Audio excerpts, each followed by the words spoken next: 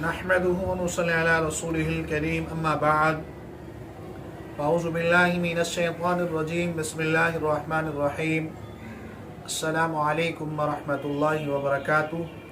मेरा नाम हकीम क़ारी इरफान सईद अल सईद दवाखाने से हाज़िर हूँ। नाज़रीन, उम्मीद है आप बिल्कुल खैरियत से होंगे और अपने घरों में खुशखुर्म होंगे। मौजू शुरू करने से पहले आप तमाम दोस्तों से मेरी गुजारिश है कि मेरे चैनल को सब्सक्राइब करें और साथ बेल आइकन के बटन को दबाएं ताकि आने वाली हर नई वीडियो आप तक बर वक्त पहुँचती रहे। आज का जो मेरा मौजू है वो यखनी बनाने के हवाले से है। आपने बकरे की हड्डियाँ ले लेनी है, वो एक पाव हड्डी लेंगे, उनको साफ धोएं। जब धो लें तो फिर आपके पास ज़ीरा सफ़ेद मिर्च ये आधा चमचा हूँ और काला नमक और इलायची कलान 2 दाने, छोटी इलायची 2 दाने, लौंग 2 दाने, अदरक आपके पास 10 ग्राम और लहसुन के 6 दाने हूँ।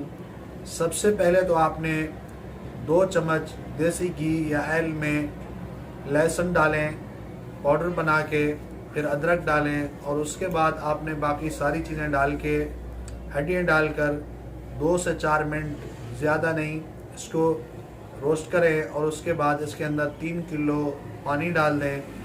इसको पकाएं। जब ये पानी आपका 1.5 किलो से 1 किलो रह जाए तो ये यखनी आपकी तैयार हो जाएगी। कोशिश करें ये यखनी आप अपने बच्चों को रात को इस्तेमाल करवाएं।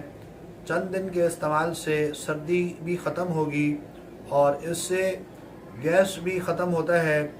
और अगर आपको नज़लह ज़ुकाम बहुत ज़्यादा रहता है तो इस यखनी से नज़लह ज़ुकाम ख़त्म हो जाएगा। और इसके अलावा अगर आपको दिल के अंदर कोई तकलीफ़ है गैस की वजह से, अक्सर मरीज़ जो है ना, जब उनको गैस होती है तो फिर उनके दिल के ऊपर दर्द होता है, तो ये यखनी इस्तेमाल करने की वजह से दिल का दर्द भी ख़त्म होगा, तो हाज़मा भी बहुत दुरुस्त होगा और साथ ये लजीज भी है और बहुत आसान भी है। ये आप ख़ुद अपने घर के अंदर बना सकते हैं। इसके अंदर लाल मिर्च बिल्कुल नहीं डालनी, बस सफ़ेद मिर्च ही इस्तेमाल करें, तो इंशाअल्लाह ये टेस्टी भी होगी और बहुत अच्छी भी होगी और बहुत फ़ायदेमंद है। सर्दियों में आप इसको ज़रूर बनाएं। उम्मीद है आज का मेरा ये प्रोग्राम आप दोस्तों को बहुत अच्छा लगा होगा। इसी के साथ मुझे इजाज़त दीजिए। अल्लाह हाफ़िज़।